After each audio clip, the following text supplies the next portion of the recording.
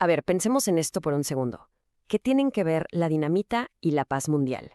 Suena que nada, ¿verdad? Pues hoy vamos a descubrir la increíble historia de origen del premio más famoso del mundo. Una historia que, créanme, tiene de todo. Una invención explosiva y un deseo casi desesperado por cambiar un legado. Bueno, vamos a entrarle de lleno. En el centro de todo esto tenemos a Alfred Nobel, un tipo lleno, pero llenísimo de contradicciones. Por un lado, el inventor de la dinamita, una herramienta con un poder de destrucción inmenso, y por el otro, el creador del Premio Nobel de la Paz, o sea, el máximo reconocimiento a la concordia. Y justo esa es la gran pregunta, ¿no? ¿Cómo es posible que una sola persona represente cosas tan opuestas? Para entenderlo, tenemos que conocer al hombre, su invento y sobre todo el momento que lo cambió absolutamente todo. Miren, así es como lo vamos a desglosar. Primero, vamos a conocer al genio inventor. Luego, veremos el impacto de su creación más famosa. Después, seremos testigos de una crisis que casi lo destruye y cómo un testamento fue su jugada para reescribir la historia. Y al final, vamos a resolver un misterio que seguro muchos se han preguntado. Venga, arranquemos por el principio. ¿Quién era este Alfred Nobel antes de que su nombre fuera sinónimo de los premios más importantes del mundo? Y es que Nobel no era un inventor cualquiera, para nada. Era una de las mentes más brillantes del siglo XIX. Químico, ingeniero y empresario con, escuchen esto, 355 patentes. Una locura. Su vida entera era la innovación. Ahora sí, hablemos de su creación más, digamos, famosa y polémica. La dinamita no solo lo hizo millonario, sino que también se convirtió en su tormento.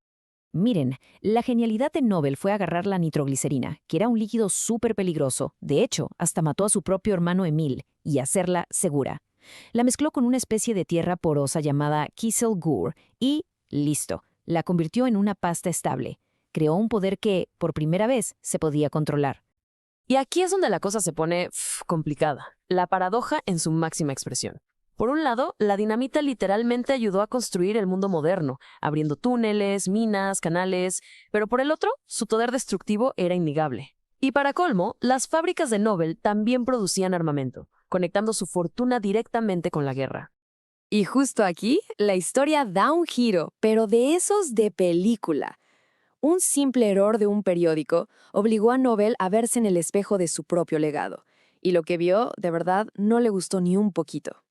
A ver, para entender bien esto, vámonos un poco para atrás. En 1888 murió Ludwig, uno de los hermanos de Alfred. El problema fue que varios periódicos franceses se confundieron y pensaron que el que había muerto era el famoso inventor, o sea, Alfred. La leyenda dice que uno de esos obituarios equivocados tenía este encabezado, que es brutal. El mercader de la muerte ha muerto. Imagínense, abrir el periódico y leer eso sobre ti mismo. Que el mundo te va a recordar no como a un genio, sino como a alguien que se hizo rico vendiendo muerte. Pero ojo, aquí hay un dato curioso. La mayoría de los historiadores coinciden en que esa frase exacta probablemente nunca se publicó. Es como el chisme que se fue haciendo más grande. Lo que sí es un hecho es que Nobel leyó su propio obituario, y este sí lo pintaba como un hombre que amasó su fortuna gracias a la destrucción. Y ese fue el golpe que lo cambió para siempre. Así que ahí lo tienen, enfrentado a la idea de que la historia lo iba a recordar como un monstruo. Nobel usó la única herramienta que le quedaba para cambiar la narrativa, su inmensa, inmensa fortuna. En 1895, un año antes de su muerte de verdad, firmó su último testamento. Y la idea que tuvo fue revolucionaria. Dejaría casi todo su dinero para crear unos premios que reconocieran a las personas que generaran el mayor beneficio a la humanidad. Y la ironía aquí es, wow, increíble. El dinero que venía de la dinamita ahora iba a financiar el progreso humano.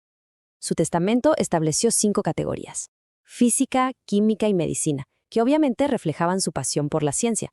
El de la paz, que era su forma de, digamos, compensar el daño de sus inventos. Y el de literatura, que tenía una condición muy específica: premiar obras con una dirección ideal, o sea, con un propósito humanista. Y Nobel fue súper claro en las reglas. Quería que los premios fueran internacionales, que no importara de dónde vinieras. El dinero saldría de los intereses que generara su fortuna.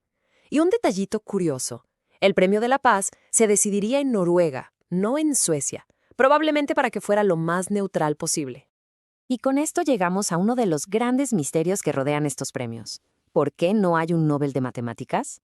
La respuesta en realidad nos dice mucho sobre cómo pensaba Alfred Nobel. A ver, el chisme popular está bueno, ¿eh? Dice que Nobel odiaba a un matemático llamado Gösta Mittag-Leffler, porque supuestamente andaba con su amante. Pero la verdad es que no hay pruebas de todo este drama. La realidad es mucho más sencilla y la verdad mucho más coherente con la persona que era Nobel. No, la clave de todo esto es que Nobel era un hombre súper práctico. Le interesaban las invenciones, los descubrimientos, con una aplicación directa y tangible. Para él, las matemáticas eran demasiado abstractas. Una herramienta, sí, pero no algo que por sí mismo produjera un beneficio directo para la gente. De hecho, para que vean qué tan en serio se tomaron su testamento, el famoso Premio Nobel de Economía ni siquiera es uno de los originales. Lo creó el Banco Central de Suecia mucho después, en 1968. Así que los 5 premios originales se han mantenido intactos. Y así, regresamos a la pregunta del millón. Después de todo este plan, ¿logró Alfred Nobel limpiar su nombre y cambiar su legado? Y pues todo apunta a que la respuesta es un sí, pero con mayúsculas. Hoy, cuando escuchamos el nombre Nobel, no pensamos en dinamita, pensamos en el máximo logro intelectual y humanitario. Básicamente, logró la campaña de rebranding póstuma más exitosa de la historia. Pasó de mercader de la muerte a símbolo del progreso. Y para cerrar, les dejo una última idea para pensar. Qué irónico, ¿no? Que las matemáticas, esa disciplina que Nobel ignoró por considerarla muy abstracta, hoy sean la base de casi todo lo que él quiso premiar: la física, la química, la medicina. Quizás el mayor beneficio para la humanidad a veces viene de los lugares que menos nos esperamos.